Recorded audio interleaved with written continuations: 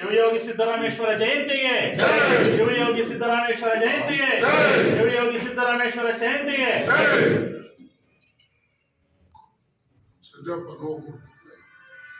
ಶಿವಯೋಗಿ ಸಿದ್ದರಾಮೇಶ್ವರ ಸ್ವಾಮೀಜಿಗೆ, ಕರ್ಮಯೋಗಿ ಸಿದ್ದರಾಮೇಶ್ವರ ಸ್ವಾಮೀಜಿಗೆ, ಕಾಯಕವೇ ಕೈಲಾಸ ಸಿದ್ದರಾಮೇಶ್ವರ ಸ್ವಾಮೀಜಿಗೆ.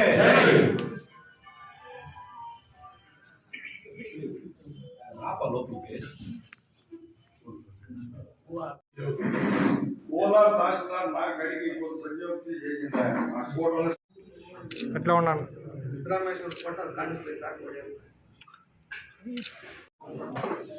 ಇವತ್ತು ನಮ್ಮ ಬೋವಿ ಸಮುದಾಯದ ಎಲ್ಲ ಬಂಧುಗಳಿಗೆ ಒಂದು ಪವಿತ್ರವಾದ ಒಂದು ಹಬ್ಬ ಇವತ್ತು.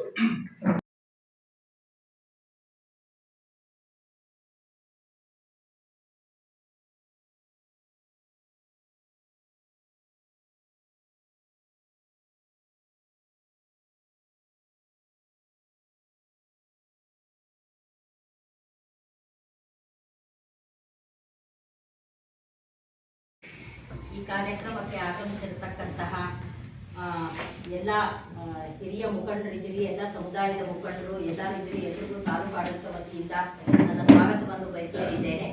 ಈ ದಿನ ನಾವು ಮಹಾಯೋಗಿ ಸಿದ್ದರಾಮೇಶ್ವರ ಜಯಂತಿಯನ್ನ ತಾಲೂಕು ಆಡಳಿತದ ವತಿಯಿಂದ ಸರಳವಾದ ರೀತಿಯಲ್ಲಿ ಆಚರಣೆ ಮಾಡ್ತಿದ್ದೀವಿ.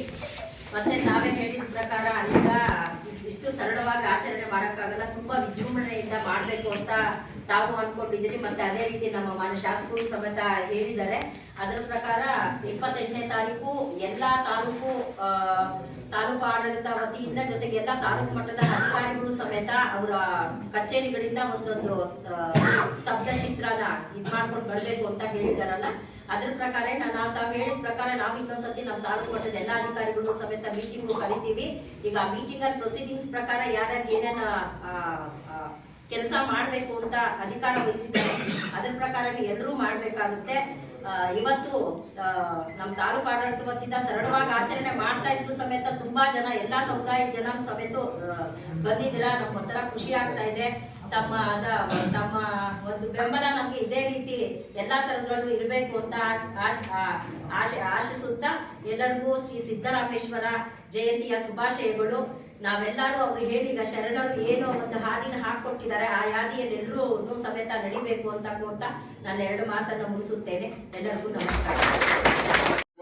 ಬಿಟ್ಟು ರಾಜಕೀಯ ಬಿಟ್ಟು ಒಂದು ತಾಯಿ ಮಕ್ಕಳನ್ನು ಅಂದ್ಕೊಂಡು ಪ್ರೀತಿ ವಿಶ್ವಾಸದಿಂದ ಎಲ್ಲಾರು ಒಟ್ಟುಗೂಡಿ ಎಲ್ಲಾರು ಒಳಗಡೆ ಎಷ್ಟೇ ಇರಲಿ ಅದೆಲ್ಲ ಮರೀರಿ ಎಲ್ಲ ಸೇರಿ ಆ ಸಿದ್ದರಾಮೇಶ್ವರ ಜಯಂತಿ ಅದ್ದೂರಿಯಾಗಿ ಮಾಡೋಣ.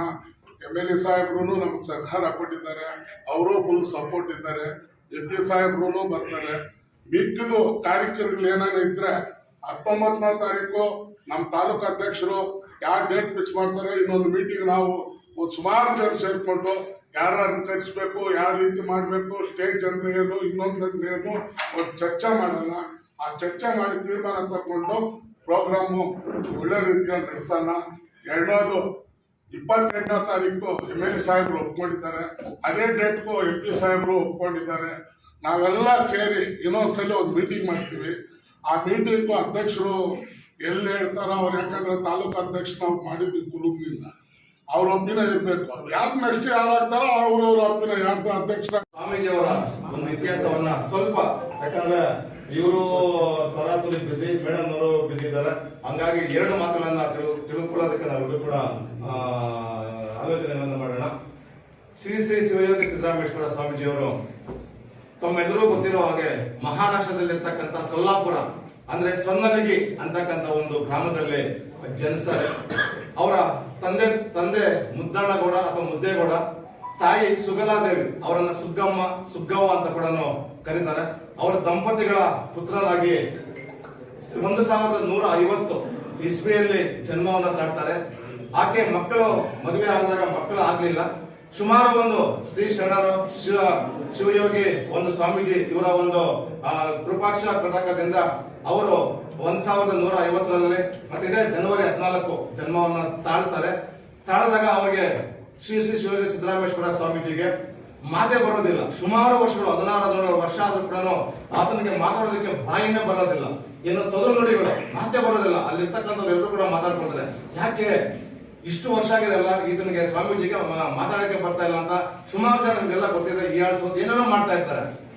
ಕಾರಣಾಂತರಗಳಿಂದ ಈಗ ಈತ ಏನ್ ಮಾಡ್ತಾನೆ, ಹಸುಗಳನ್ನ ಮೇಯಿಸೋದು, ಹಸುಗಳು ಮತ್ತೆ ಎಮ್ಮೆಗಳನ್ನ ಮೇಯಿಸ್ತಕ್ಕಂಥ ಒಂದು ಕೆಲಸ ಇವರು ಮಾಡ್ತಾ ಇರ್ತಾರೆ ಶಿವಯೋಗಿ ಸ್ವಾಮೀಜಿ ಅವರು. ಒಂದು ದಿವಸ ಹಸುಗಳನ್ನ ಮೇಯಿಸೋದಕ್ಕೆ ಒಂದು ಕಾಡಿಗೆ ಹೊಡ್ಕೊಂಡು ಹೋಗ್ತಾರೆ. ಹಸುಗಳು ಎಮ್ಮೆಗಳನ್ನ ಮೇಯಿಸ್ತಾ ಇರ್ಬೇಕಾದ್ರೆ ತಕ್ಷಣ ಒಂದು ಶ್ರೀಶೈಲ ಒಂದು ಸ್ವಾಮಿ ಆಗಿರ್ತಕ್ಕಂಥ ಮಲ್ಲಯ್ಯ ಅಂತಕ್ಕಂಥವ್ರು ಪ್ರತ್ಯಕ್ಷವಾಗಿ ಅಲ್ಲಿಗೆ ಬರ್ತಾನೆ. ಬಂದ್ಬಿಟ್ಟು ಆ ಹುಡುಗನ ಕೇಳ್ತಾನೆ, ನೋಡ್ ಮಗು, ಇಷ್ಟೆಲ್ಲ ಹಸುಗಳನ್ನ ಮೇಯಿಸ್ತಾ ಇದೀಯಾ, ನಿಮ್ ಮನೆಯಲ್ಲಿ ಮೊಸರು ಅಂಬಲಿ ಇರುತ್ತೆ ಅನ್ಕೊಂತೀನಿ, ನನ್ಗೆ ಬೇಕು, ಅದು ನನ್ ಬಟ್ಟೆ ಹಸುವಾಗ್ತಾ ಇದೆ, ದಯವಿಟ್ಟು ತಗೊಂಡ್ ಬರ್ತೀನಿ ಅಂತ ಹೇಳ್ಬಿಟ್ಟು ಕೇಳ್ಕೊಂಡಾಗ ಅವನ್ ಏನ್ ಮಾಡ್ತಾನ, ಹೌದು ನಾನು ತಗೊಂಡ್ಬಿಡ್ತೀನಿ, ನಮ್ಮ ಅಮ್ಮ ನಮ್ಮ ಮನೇಲಿ ಇದೆ, ತಗೊಂಡ್ಬಿಡ್ತೀನಿ ಅಂತ ಹೇಳ್ಬಿಟ್ಟು ತಕ್ಷಣ ಹೋಗ್ತಾನೆ. ಹೋಗ್ಬಿಟ್ಟು ಅವ್ನ್ ಬಾಯಿನೇ ಬರ್ತಾ ಇಲ್ಲ. ಹೋಗಿದ ತಕ್ಷಣ ಮಾತಾಡ್ತಾನೆ, ಅಮ್ಮ ಯಾರೋ ಮಲ್ಲಯ್ಯ ಬಂದಿದ್ರು, ಮೊಸರು ಅಂಬಲಿ ಬೇಕಂತ. ಮಗನೇ ಏನ್ ಮಾತಾಡ್ತಾ ಇದೀಯಾ? ಆ ಅಮ್ಮನಿಗೆ ತುಂಬಾನೇ ಖುಷಿ ಆಗ್ಬಿಡುತ್ತಂತೆ. ಅಮ್ಮ ಏನ್ ಮಾಡ್ತಾನ, ಒಂದು ಬಟ್ಟಲು ತಗೊಂಡು ಎಷ್ಟು ಬೇಕೋ ಅಷ್ಟು ತಗೊಂಡು ಬರ್ತಾ ಇರ್ಬೇಕಾದ್ರೆ ಆ ಕಾಡಲ್ಲಿ ಮಲ್ಲಯ್ಯ ಇರೋದಿಲ್ಲ, ನಾಪತ್ತೆ ಹೋಗಿರ್ತಾನೆ. ಈತ ಏನ್ ಮಾಡ್ತಾನ, ತಗೊಂಡು ಆ ಕಾಡಲ್ಲೆಲ್ಲ ಸುತ್ತಾಡ್ತಾನೆ, ಮಲ್ಲಯ್ಯ ಮಲ್ಲಯ್ಯ ಎಲ್ಲಿ ಮಲ್ಲಯ್ಯ ಅಂತ ಹೇಳ್ಬಿಟ್ಟು.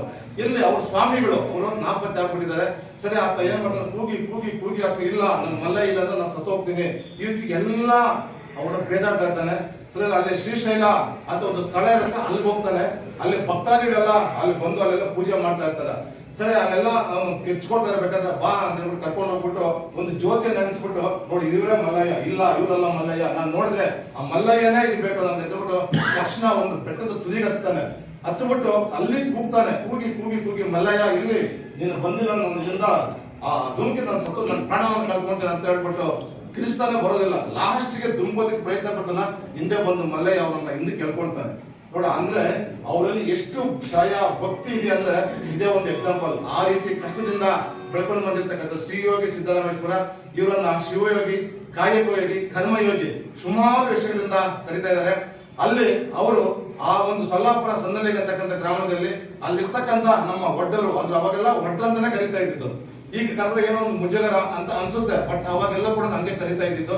ಆ ಒಂದು ಕಾಲದಲ್ಲಿ ಆ ಒಂದು ಸೊಲ್ಲಾಪುರ ಏನು ವಿಶಾಲವಾಗಿದೆಯೋ ಅಲ್ಲಿ ಇರ್ತಕ್ಕಂಥ ಎಲ್ಲಾ ಜನರಿಗೆ ಒಂದು ದೊಡ್ಡ ಕೆರೆಯನ್ನ ಕಟ್ಟಿ ಅಲ್ಲಿ ಬದುಕತಕ್ಕಂತ ಒಂದು ವ್ಯವಸ್ಥೆಯನ್ನ ಮಾಡಿಕೊಟ್ಟ ಒಂದು ಧೀಮಂತ ನಾಯಕ ನಮ್ಮ ಶ್ರೀಯೋಗಿ ಸಿದ್ದರಾಮೇಶ್ವರರು. ಅವ್ರ ಮನೆಯಲ್ಲಿ ಏನೇ ಒಂದು ಕಷ್ಟ ಬಂದಾಗ ಮತ್ತೆ ಮಳೆ ಇಲ್ತಾ ಇದ್ದಾಗ ಅವರನ್ನೆಲ್ಲ ಅರ್ಕೆ ಹೊತ್ಕೊಂಡಾಗ ತಕ್ಷಣ ಅವತ್ತು ಮಳೆ ಬರ್ತಾ ಇತ್ತಂತೆ. ಒಳ್ಳೆ ಒಂದು ಅವ್ರಿಗೆ ಏನ್ ಅನ್ಕೊಂಡಾರೋ ಆ ಒಂದು ವಿಷಯಗಳು ಅವ್ರಿಗೆ ಫಲಪ್ರದಾಯ ಆಗ್ತಾ ಇತ್ತಂತೆ. ಆ ರೀತಿಯಾದ ನಮ್ಮ ಜನಾಂಗದಲ್ಲಿ ಹುಟ್ಟಿ ಅಲ್ಲಿ ನೋಡಿ, ನಾವು ಪೂಜೆ ಮಾಡೋದಿಲ್ಲ ಆದ್ರೆ ಅವರು ಲಿಂಗಾಯತರು, ಒಂದು ಸಮುದಾಯದವರು ಸೊಲ್ಲಾಪುರದಲ್ಲಿ ಇಡೀ ಅವರ ಒಂದು ವರ್ಷಕ್ಕೊಂದ್ಸಲ ಒಂದು ದೊಡ್ಡ ಮಹಾ ಹಬ್ಬವನ್ನ ಮಾಡಿ ಅವ್ರ ಎಲ್ಲರ ಮನೆಯಲ್ಲಿ ಫೋಟೋವನ್ನು ಇಟ್ಕೊಂಡು ಲಿಂಗಾಯತ ಸಮುದಾಯವರು ಪೂಜೆಯನ್ನ ಮಾಡ್ತಾ ಇದ್ದಾರಂತೆ. ಆ ರೀತಿಯಾಗಿ ಅಂದ್ರೆ ಅವರು ಇಡೀ ಬೋವಿ ಸಮುದಾಯದಕ್ಕೆ ಒಬ್ಬರ ಸಮುದಾಯದಕ್ಕೆ ಮೀಸಲಾಗಿರಲಿಲ್ಲ. ಅವರು ಇಡೀ ಒಂದು ಪ್ರಪಂಚದಲ್ಲಿ ಏನು ನಮ್ಮ ಸಮುದಾಯದಲ್ಲಿದ್ದಾವ ಎಲ್ಲ ಸಮುದಾಯಗಳು, ಈ ಕಡೆ ಸೊಲ್ಲಾಪುರ ಜಿಲ್ಲೆ, ಆ ಕಡೆ ವಿಜಯಪುರ ಜಿಲ್ಲೆ, ಎರಡೂ ಜಿಲ್ಲೆಗಳಿಗೆ ಹೊಂದ್ಕೊಂಡಿರ್ತಕ್ಕಂಥ ಒಂದು ಸ್ಥಳ ಸೊಲ್ಲಾಪುರ ಜಿಲ್ಲೆ.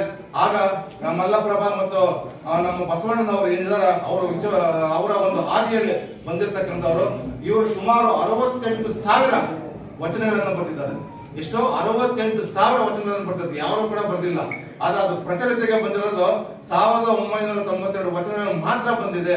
ಆ ತರ ಮಹಾನ್ ವ್ಯಕ್ತಿಯ ಒಂದು ಆದರ್ಶಗಳನ್ನ ನಾವೆಲ್ಲರೂ ಕೂಡ ತಿಳಿದುಕೊಂಡು ಅವರ ಹಾದಿಯಲ್ಲಿ ಹೋಗಿದ್ದಾದ್ರೆ ಸಮುದಾಯವನ್ನ ಒಳ್ಳೆ ಒಂದು ಉನ್ನತ ಎತ್ತರಕ್ಕೆ ಕೊಂಡೋದಕ್ಕೆ ಅನುಕೂಲವಾಗುತ್ತೆ ಅಂತ ಹೇಳ್ತಾ ಈ ಒಂದು ಸಂದರ್ಭದಲ್ಲಿ ಮೊದಲನೇದಾಗಿ ಎಲ್ರಿಗೂ ಮಕರ ಸಂಕ್ರಾಂತಿಯ ಶುಭಾಶಯಗಳನ್ನ ಹೇಳ್ತಾ, ಅದೇ ರೀತಿ ಇವತ್ತೇನು ಶಿವಯೋಗಿ ಕಾಯಕಯೋಗಿ ಸಿದ್ದರಾಮೇಶ್ವರ ಜಯಂತಿ ಈ ಒಂದು ಸರಳ ಕಾರ್ಯಕ್ರಮಕ್ಕೆ ಆಗಮಿಸಿ ತಮ್ಮೆಲ್ಲರ ಸಹಕಾರ ನೀಡಿದಂತ ಎಲ್ಲಾ ಕುಟುಂಬದವರಿಗೂ, ಅದೇ ರೀತಿ ನಮ್ಮ ತಾಲೂಕು ದಂಡಾಧಿಕಾರಿ ಸುಜಾತ ಮೇಡಮ್ ನವರಿಗೂ, ಅದೇ ರೀತಿ ಪತ್ರಕರ್ತರ ಬಂಧುಗಳು ವಂದಿಸ್ತಾ ಈ ಒಂದು ಕಾರ್ಯಕ್ರಮ ನಮ್ಮ ಆರಕ್ಷಕ ಉಪ ನಿರೀಕ್ಷಕ ದಯಾನಂದ ಸರ್ ಅವ್ರಿಗೂ ಗ್ರೇಟ್ ತಹಸೀಲ್ದಾರ್ ಗಾಯತ್ರಿ ವಂದಿಸ್ತಾ ಈ ಕಾರ್ಯಕ್ರಮ ಯಶಸ್ವಿಗಳು ತಮ್ಮೆಲ್ಲರಿಗೂ ವಂದಿಸ್ತಾ